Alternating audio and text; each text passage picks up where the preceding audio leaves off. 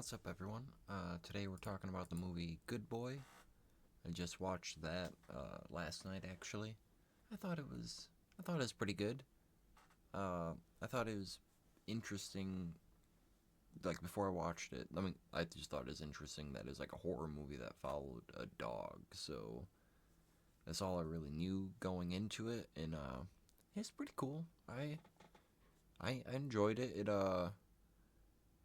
It's only like an hour and 6 minutes or like 16 minutes or something. It's a very short movie. It wasn't like scary or anything. It had some like, it had like a eerie, like unsettling vibe the entire time, which I thought it was.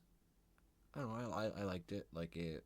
I didn't go in like expecting to be scared or anything like that, but it was it's pretty good. Like like the shot, like the cinematography or whatever it's called is I don't know. It's so like each shot was like so unique in the film. Like nothing was just like an ordinary, just like typical shot you'd see in like in any other movie. Is just like I don't know. I feel like just to get like the dog's perception of everything, that's just how it had to be done, and it worked really well. Like the dog, because I think it's just from what I heard, it's like the director's dog, and he's not like trained in acting or anything. He was really good. Like I would, you know what I mean? Like I wouldn't have expected that. It's just, and it's one of the cutest dogs I've ever seen, probably Indy. But yeah, he's a great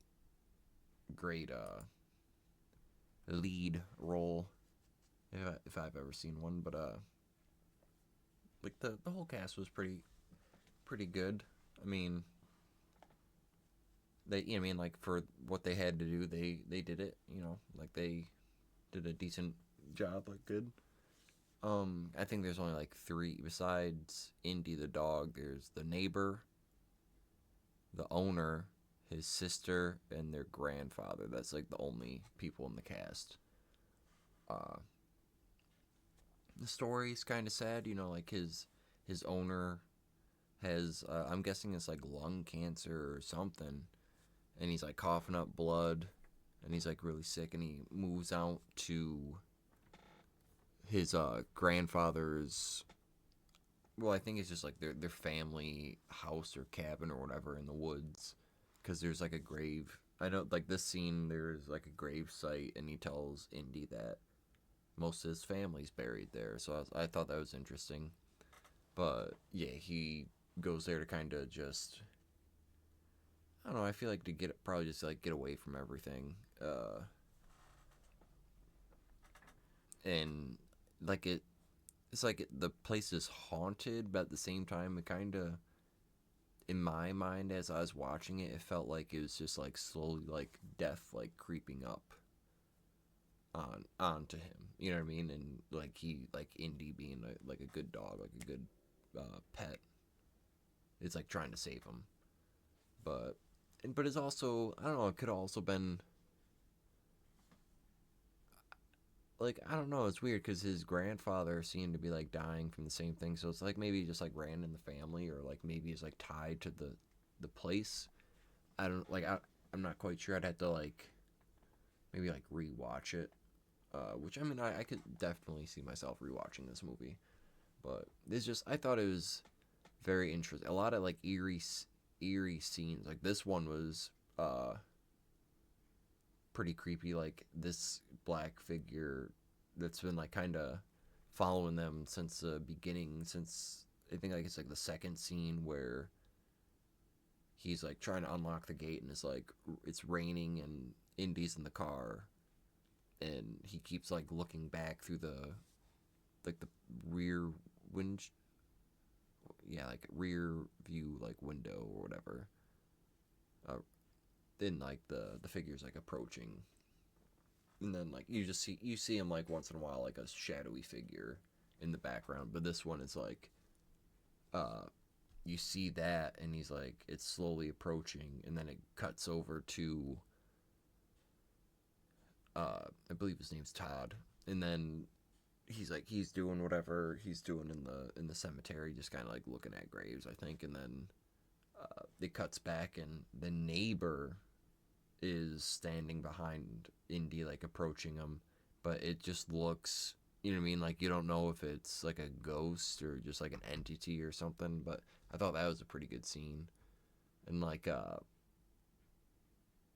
don't know, there's a lot of good eerie scenes. Not like thinking of it, just like whenever like it's nighttime and he's like Todd's sleeping and like Indy will either be like falling asleep or like waking up and you'll be like catching like the like shadowy figure like moving in the rooms and shit like that, or like he'll like go check out the house and like just like see have like visions and shit, like when he crawls underneath the armoire and there's that bandana of Bandit, the grandfather's dog, and he's kind of, it's almost like it's almost like they're like reliving what they went through back in the day.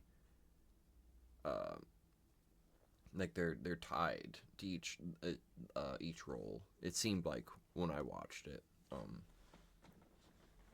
But yeah, there's I don't know. There's a lot of good eerie scenes. Like just whenever I don't know. Like I feel like whenever like Bandit's alone and like he's like like having the visions of not Bandit but Indy's alone. He's like having the visions of like Bandit and like the grandfather and stuff. And then the one that I thought the creepiest scene was Indy wakes up and he keeps hearing like this like banging noise, which I thought in the camera, like I thought like Todd was like sleeping in the bed, and so Indy goes downstairs and he's like checking like the noise out, and he looks at the like the basement door, and there's like this like wet, I don't know, look like kind of like slime or something. I couldn't really, because like I don't know, the movie's kind of dark, like a lot of it's like pretty dark, like shadowy and stuff, but not in a bad way where it's like you can't see anything, but just that scene is like I couldn't tell if it's supposed to be blood or if it's just like I don't, you know what I mean, I don't know, just like some type of uh, liquid on the door. But then out of nowhere, like it's like Todd's like sleepwalking or whatever, and he's like I don't know, he's like walking back and forth, and then he'll walk to the basement door and he's like slamming his head and shit. And I thought that was to me one of the creepiest scenes. And just I don't know,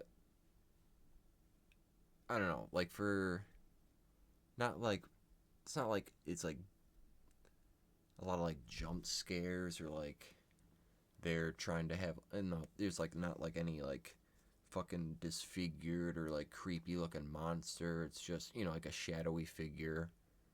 I don't know, like it drops like some kind of reminds me of like Resident Evil 5, like Ouroboros or whatever virus that was called, where it's like the black goop or whatever. Kind of reminds me of that, but you don't. It's not really that much besides like at the end, a little bit, which I'm not gonna. That's all I'll say. I'm not gonna spoil the end. Um, which the end is. I don't know. It's sad, but at the same time, it's like I don't know. It's not that like yeah. It's just a sad ending, but uh, there's a little silver lining, a little light to it. But that's all I'll say. Um, it was a good movie. Maybe like I don't really nothing really over the top. It's just like not really too much happens. I'll say. Besides like I mean the opening is like it's Todd like having like a pretty bad attack where he has to get rushed to the ER, and then it's like he goes out and lives there like in the family cabin or like house in the woods, and it's just kind of like I don't know. Most of the scenes are like them at night, and it's like Bandit or Indy will hear like noises, and he's like checking it out and stuff, and he'll have like visions and stuff like that. Uh, I mean, like it's not.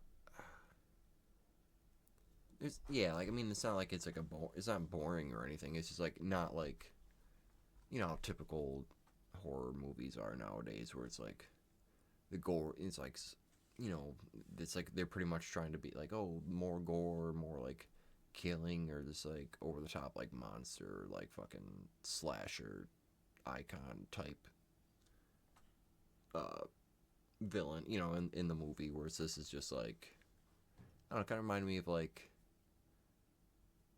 a slightly mellower Poltergeist or something. You know, I thought it was pretty good. Um, a lot of, yeah, just like a lot of one. Yeah, this was one of my favorite shots. Is like is sad. Is like the Todd leaves and Indy's just like flipping out and he's sad and whining and stuff, and it shows him like go from the front door, and he's like runs to this chair, and it's like he's looking out the window, and it's daytime, and it's like panning and stuff, and just like kind of zooming out where he's at, and then it just like flips to nighttime, and he's still there just watching. I thought that was like a, oh, that's sad, like that, but it's like a is a really good like shot, like scene, I thought. But other than that, I don't know. I thought it was a really good movie. I'd recommend it. I mean, hell, I'll probably buy it on DVD or Blu-ray if I see it like Walmart or like Meijer one day if I'm shopping. Uh, or I mean, like pick it up on Amazon or something if I see it cheap. But I thought it was a really good movie. Um, I'd give it like,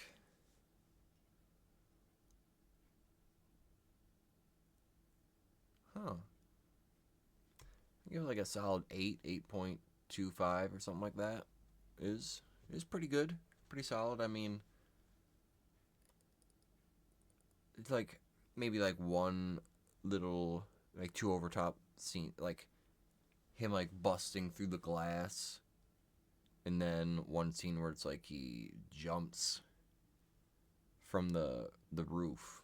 Other than that, it's like I don't, I mean the doghouse scene, like how he breaks out like his chain or whatever. I feel like that's plausible, within the realm of the movie. But I thought it was a really good movie. Uh, I mean, unique. A little. I mean, it felt. I will say it felt because it said I was like, oh, I got on at work. I'm like, oh, this is only like an hour, a little over an hour. Like I mean, like this will be a quick watch, and then I was like, oh, I'll like play a game or something. But it kind of it felt like a regular length movie, like an hour and a half or like hour 40. Uh, I mean, which is not like a bad thing. It's just it's a little slower of a movie of like a horror movie, but it's not like a lot of. It reminds, yeah, like Poltergeist or Shining or like one of those movies where it's like almost like a slow burn where it's like you have scenes here and there uh that are eerie, that it's like giving you like little like sprinkles or nuggets you know of horror, and then like as it gets towards the end, it just like it I won't. Full force is kind of like like a bad term to give it, but it's like, I mean, like it shows its hand. It gives it give you yeah, it shows its hand to you. Which, I mean, I thought it was pretty good. A lot of good scenes, cinematography, like the way, like the way just like the film looked, not just like the shots, but like the actual like coloring of it all looked really good. Um, like the scenery I thought was pretty cool. I liked how like you barely saw, if not at all, saw like the people's faces. It's just unique to me. The story, I mean, it didn't have to be anything like big or extravagant or whatever. It was perfect for what it was, and I don't know. I thought it was just is a really good, solid horror movie that I would definitely like watch again or recommend to people. If especially if like they're not like really big into horror or like get like they get like easily scared or grossed out by gore or anything. I'm like, oh, this is a good one. It's it's tame, but it's good. And plus you got look at that face. Look at that face. Like I mean, I love all animals. Like I own cats though, but like this makes me want to go get a dog. But yeah, I'd give it like an 8.25. I thought it was a really good movie. Uh, go check it out. Let me know what you think. If you disliked it, if you liked it, what scenes stood out to you. But this will be it for this video. If you stayed this long, thank you. Like the video. Again, thanks for watching. Follow our channels and subscribe, and I'll see y'all in the next one. Peace out.